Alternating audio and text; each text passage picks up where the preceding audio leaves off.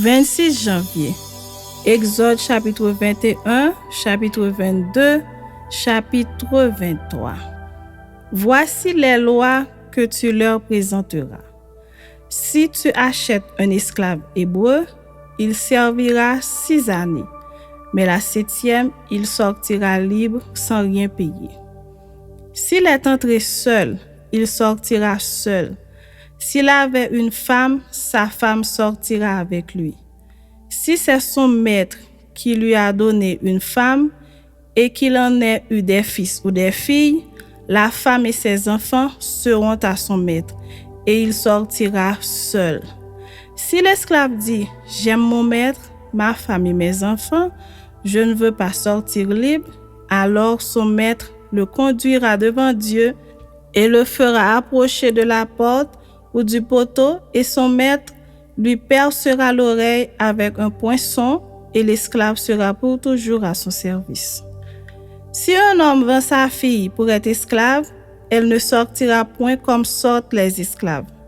Si elle déplaît à son maître, qui s'était proposé de la vendre pour femme, il facilitera son rachat, mais il n'aura pas le pouvoir de la vendre à des étrangers après lui avoir été infidèle. S'il a destiné à son fils, il agira envers elle selon le droit des filles. S'il prend une autre femme, il ne retranchera rien pour la première à la nourriture, aux vêtements et aux droits conjugaux. Et s'il ne fait pas pour elle ces 3 choses, elle pourra sortir sans rien payer, sans donner de l'argent. Celui qui frappera un homme mortellement sera puni de mort. S'il ne lui a point dressé d'embûche et que Dieu l'ait fait tomber sous sa main, je t'établirai un lieu où il pourra se réfugier. Mais si quelqu'un agit méchamment contre son prochain en employant la ruse pour le tuer, tu l'arracheras même de mon autel pour le faire mourir. Celui qui frappera son père ou sa mère sera puni de mort. Celui qui dérobera un homme et qui l'aura vendu ou retenu entre ses mains sera puni de mort. Celui qui maudira son père ou sa mère sera puni de mort. Si des hommes se querellent et que l'un d'eux frappe l'autre avec une pierre ou avec le poing sans causer sa mort, mais en l'obligeant à garder le lit, celui qui aura frappé ne sera point puni dans le cas où l'autre viendrait à se lever et à se promener dehors avec son bâton. Seulement, il le dédommagera de son interruption de travail et il le fera soigner jusqu'à sa guérison. Si un homme frappe du bâton son esclave, homme ou femme, et que l'esclave meurt sous sa main, le maître sera puni. Mais s'il survit un jour ou 2, le maître ne sera point puni car c'est son argent. Si des hommes se querellent et qu'ils heurtent une femme enceinte et la fassent accoucher sans autre accident, ils seront punis d'une amende imposée par le mari de la femme et qu'ils paieront devant les juges. Mais s'il y a un accident, tu donneras vie pour vie, œil pour œil, dent pour dent, main pour main, pied pour pied. Brûlure pour brûlure, blessure pour blessure, meurtrissure pour meurtrissure. Si un homme frappe l'œil de son esclave, homme ou femme, et qu'il lui fasse perdre l'œil, il le mettra en liberté pour prix de son œil. Et s'il fait tomber une dent à son esclave, homme ou femme, il le mettra en liberté pour prix de sa dent. Si un bœuf frappe de ses cornes un homme ou une femme, et que la mort en soit la suite, le bœuf sera lapidé, sa chair ne sera point mangée, et le maître du bœuf ne sera point puni. Mais si le bœuf était auparavant sujet à frapper, et qu'on en ait averti le maître qui ne l'a point surveillé, le bœuf sera lapidé dans le cas où il tuerait un homme ou une femme et son maître sera puni de mort. Si on impose au maître un prix pour le rachat de sa vie, il paiera tout ce qui lui sera imposé. Lorsque le bœuf frappera un fils ou une fille, cette loi recevra son application. Mais si le bœuf frappe un esclave, homme ou femme, on donnera 30 cycles d'argent au maître de l'esclave et le bœuf sera lapidé.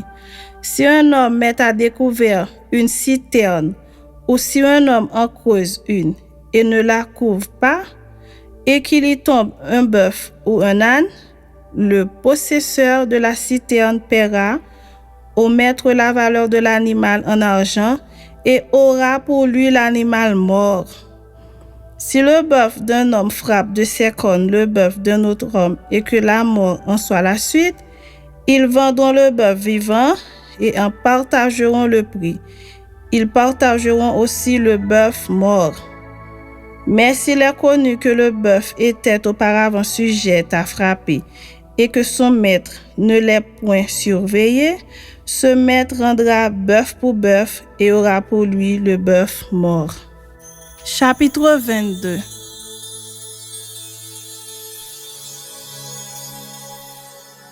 Si un homme dérobe un bœuf ou un agneau et qu'il l'égorge ou le vende, il restituera 5 bœufs pour le bœuf et 4 agneaux pour l'agneau. Si le voleur est surpris dérobant avec effraction et qu'il soit frappé et meurt, on ne sera point coupable de meurtre envers lui. Mais si le soleil est levé, on sera coupable de meurtre envers lui.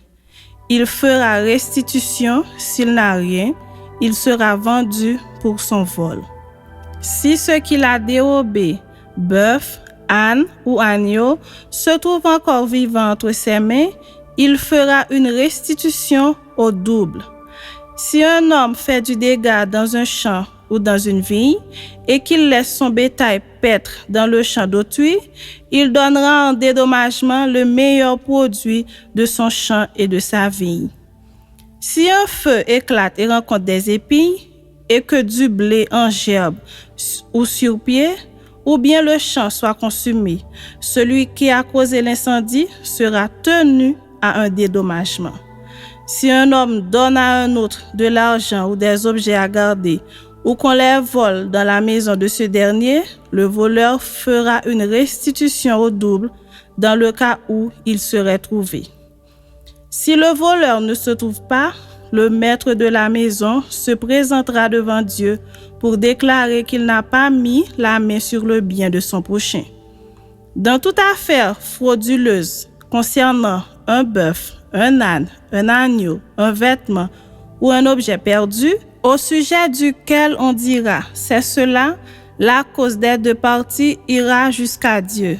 Celui que Dieu condamnera fera à son prochain une restitution au double.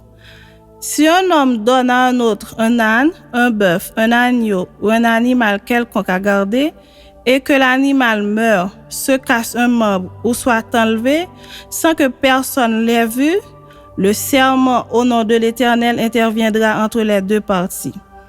Et celui qui a gardé l'animal déclarera qu'il n'a pas mis la main sur le bien de son prochain. Le maître de l'animal acceptera ce serment, et l'autre ne sera point tenu à une restitution. Mais si l'animal a été dérobé chez lui, il sera tenu vis-à-vis de son maître à une restitution. Si l'animal a été déchiré, il le produira en témoignage et il ne sera point tenu à une restitution pour ce qui a été déchiré. Si un homme emprunte à un autre un animal et que l'animal se casse un membre ou qu'il meurt en l'absence de son maître, il y aura lieu à restitution. Si le maître est présent, il n'y aura pas lieu à restitution. Si l'animal a été loué, le prix du louage suffira. Si un homme séduit une vierge qui n'est point fiancée et qu'il couche avec elle, il paiera sa dot et la prendra pour femme. Si le père refuse de la lui accorder, il paiera en argent la valeur de la dot des vierges. Tu ne laisseras point vivre la magicienne. Quiconque couche avec une bête sera puni de mort. Celui qui offre des sacrifices à d'autres dieux qu'à l'Éternel seul sera voué à l'extermination. Tu ne maltraiteras point l'étranger et tu ne l'opprimeras point, car vous avez été étrangers dans le pays d'Égypte. Tu n'affligeras point la veuve ni l'orphelin. Si tu les affliges et qu'ils viennent à moi, j'entendrai leurs cris.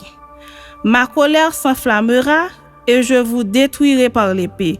Vos femmes deviendront veuves et vos enfants orphelins.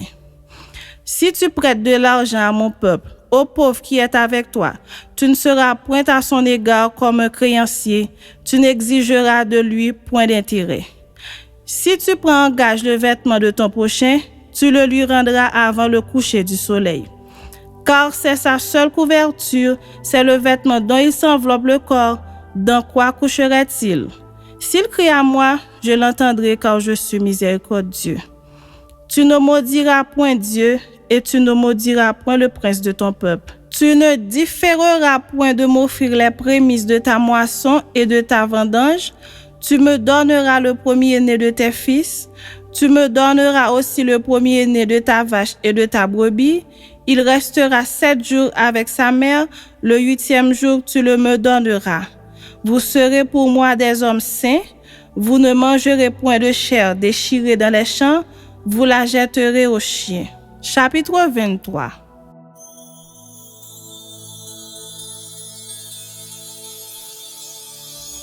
Tu ne répandras point de faux bruits. Tu ne te joindras point aux méchants pour faire un faux témoignage. Tu ne suivras point la multitude pour faire le mal. Et tu ne déposeras point dans un procès en te mettant du côté du grand nombre pour violer la justice. Tu ne favoriseras point le pauvre dans son procès. Si tu rencontres le bœuf de ton ennemi ou son âne égaré, tu le lui ramèneras. Si tu vois l'âne de ton ennemi succombant sous sa charge et que tu hésites à le décharger, tu l'aideras à le décharger. Tu ne porteras point atteinte aux droits du pauvre dans son procès.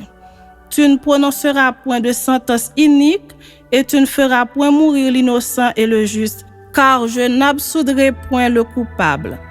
Tu ne recevras point de présent, car les présents aveuglent ceux qui ont les yeux ouverts et corrompent les paroles des justes. Tu n'opprimeras point l'étranger. Vous savez ce qu'éprouve l'étranger, car vous avez été étrangers dans le pays d'Égypte. Pendant 6 années, tu ensemenceras la terre et tu en recueilleras le produit. Mais la 7e, tu lui donneras du relâche et tu la laisseras en repos. Les pauvres de ton peuple en jouiront et les bêtes des champs mangeront ce qui reste. Tu feras de même pour ta vigne et pour tes oliviers. Pendant 6 jours, tu feras ton ouvrage, mais le 7e jour, tu te reposeras, afin que ton bœuf et ton âne aient du repos, afin que le fils de ton esclave et l'étranger aient du relâche.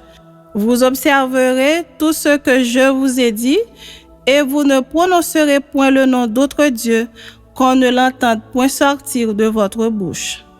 3 fois par année, tu célébreras des fêtes en mon honneur. Tu observeras la fête des pains sans levain pendant 7 jours au temps fixé dans le mois des épis. Tu mangeras des pains sans levain comme je t'en ai donné l'ordre, car c'est dans ce mois que tu es sorti d'Égypte et l'on ne se présentera point à vide devant ma face.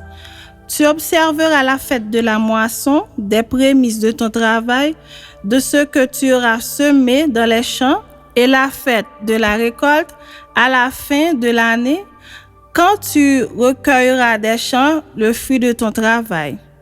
3 fois par année, tous les mâles se présenteront devant le Seigneur l'Éternel. Tu n'offriras point avec du pain levé le sang de la victime sacrifiée en mon honneur, et sa graisse ne sera point gardée pendant la nuit jusqu'au matin. Tu apporteras à la maison de l'Éternel ton Dieu les prémices des premiers fruits de la terre. Tu ne feras point cuire un chevreau dans le lait de sa mère. Voici, j'envoie un ange devant toi pour te protéger en chemin et pour te faire arriver au lieu que j'ai préparé. Tiens-toi sur tes gardes en sa présence et écoute sa voix. Ne lui résiste point, parce qu'il ne pardonnera pas vos péchés, car mon nom est en lui. Mais si tu écoutes sa voix et si tu fais tout ce que je te dirai, je serai l'ennemi de tes ennemis et l'adversaire de tes adversaires.